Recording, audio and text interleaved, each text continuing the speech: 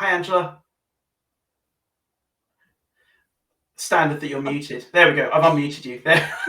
Thank you. I wanted to keep quiet while you were talking because I know what I'm like. So it's fine. They wouldn't have heard you anyway. They wouldn't have heard you. That's good.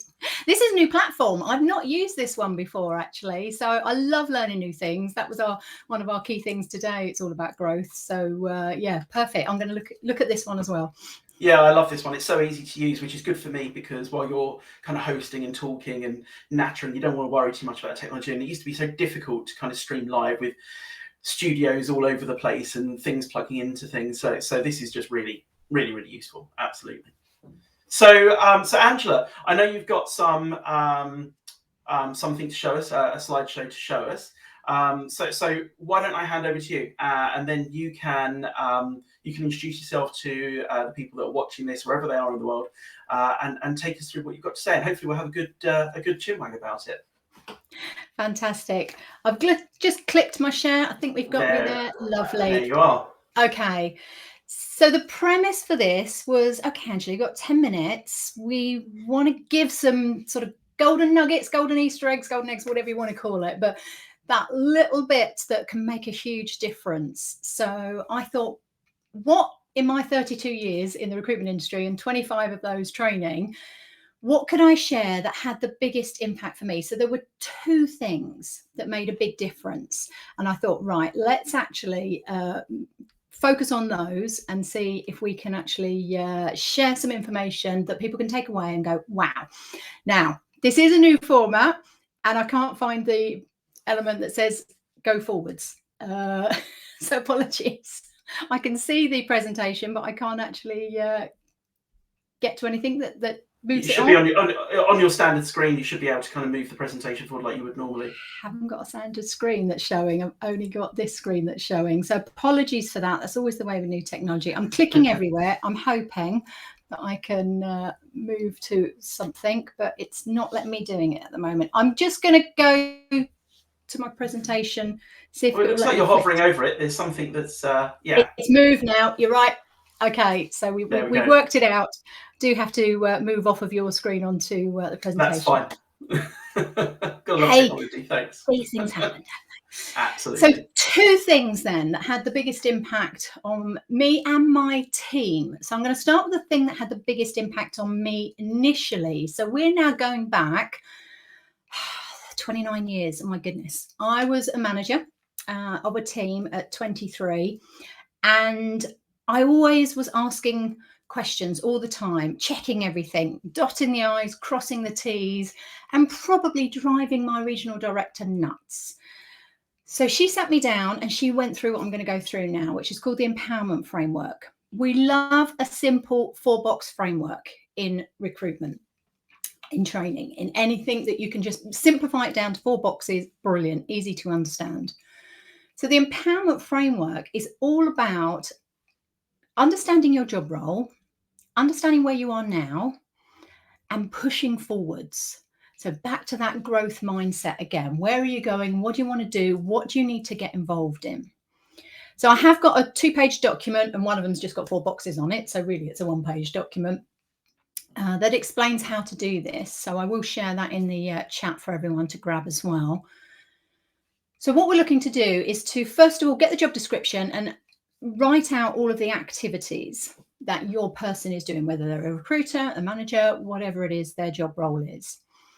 And you're going to allocate them to 3 of the boxes. The one that you're not going to be able to fill is this bottom red one, which is the no-go box.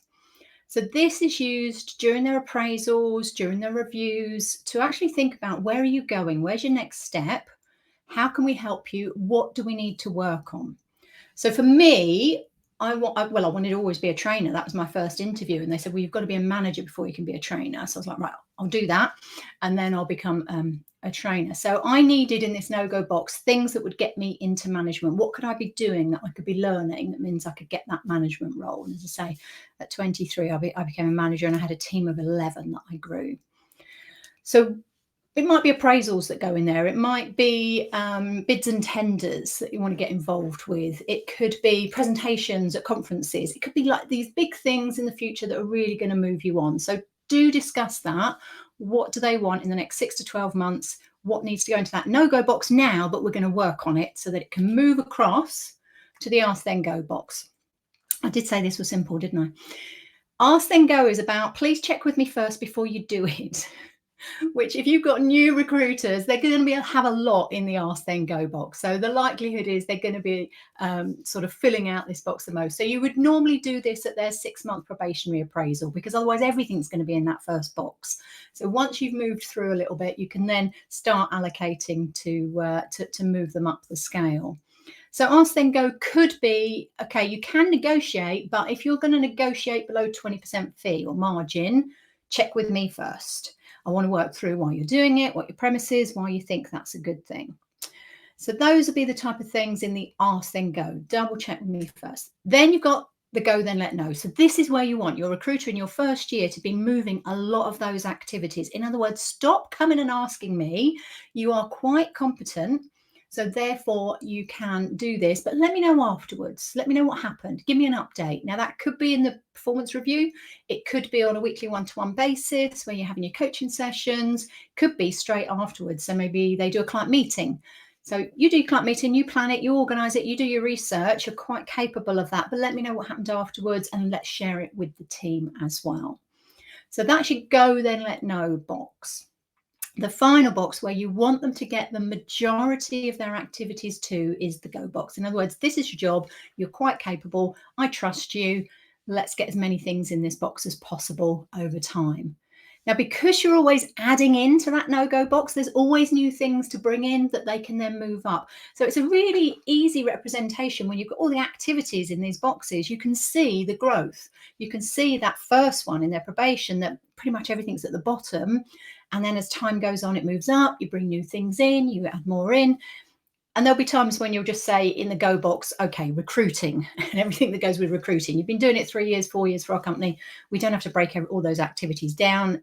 The recruiting side is fine. Let's look at how we can develop you in other ways. So my boss did this. And the key to me was that it was giving me permission to fail. She actually said, I'm putting a lot of this stuff is in the Go Then Let Know. You do it. You've got a budget. Go ahead. Don't panic. If it all goes wrong, it's my fault, i.e. the boss. So that was perfect for me. Total opportunity to just really break some barriers and take some risks. And that's what I loved. So this is 29 years ago. Something that I've worked on in the last 10 years is the situational leadership, which, hey ho, it's a 4-box framework. And there is a lot of links to this, to the empowerment framework. So empowerment framework is a really simple version of it. This is about your leadership style and adapting it to the individual. So again, it's task-based. It's everything to do with a task that person's doing. It's not their capability as a person overall. They may be 5 years as a recruiter, really experienced, know exactly what they do. You give them a new task. I'm just saying, presenting at a conference. We did the Recruitment Agency Expo a couple of weeks ago. So if they've never presented at a conference before, which I had a couple of our coaches that work with us were in that situation, all of a sudden they become enthusiastic beginner, which is what they call the D1. So I'm going to have a go. I want to do this. I've got no idea what I'm doing. They may have transferable skills which you can utilize on, but you still need to work with them. So this is about adapting your coaching style in 4 different ways. And a lot of people don't have 4 leadership styles. It's about 9% of the population of leaders that have that. The majority have 2. So to adapt to a 3rd and a 4th style is quite hard. But as leaders and managers, this can make a huge difference to your team because you are taking the emotion out of everything. It's nothing to do with them as a person. It's about their ability to tackle the task at hand. And they could be a D1 on one task and then they switch and an hour later they're a D4, which is that competent individual that you can delegate to and you can feel confident that they're going to do it. They're motivated, they're competent. So that's situational leadership too. This is a Ken Blanchard approach to leadership. It is copyrighted through them. I'm a trained trainer in this, but it links lovely to the empowerment framework and pushing people on and making the most out of their development and their training. So I hope that was of interest to you. Yeah, it's really interesting. Thanks, Angela.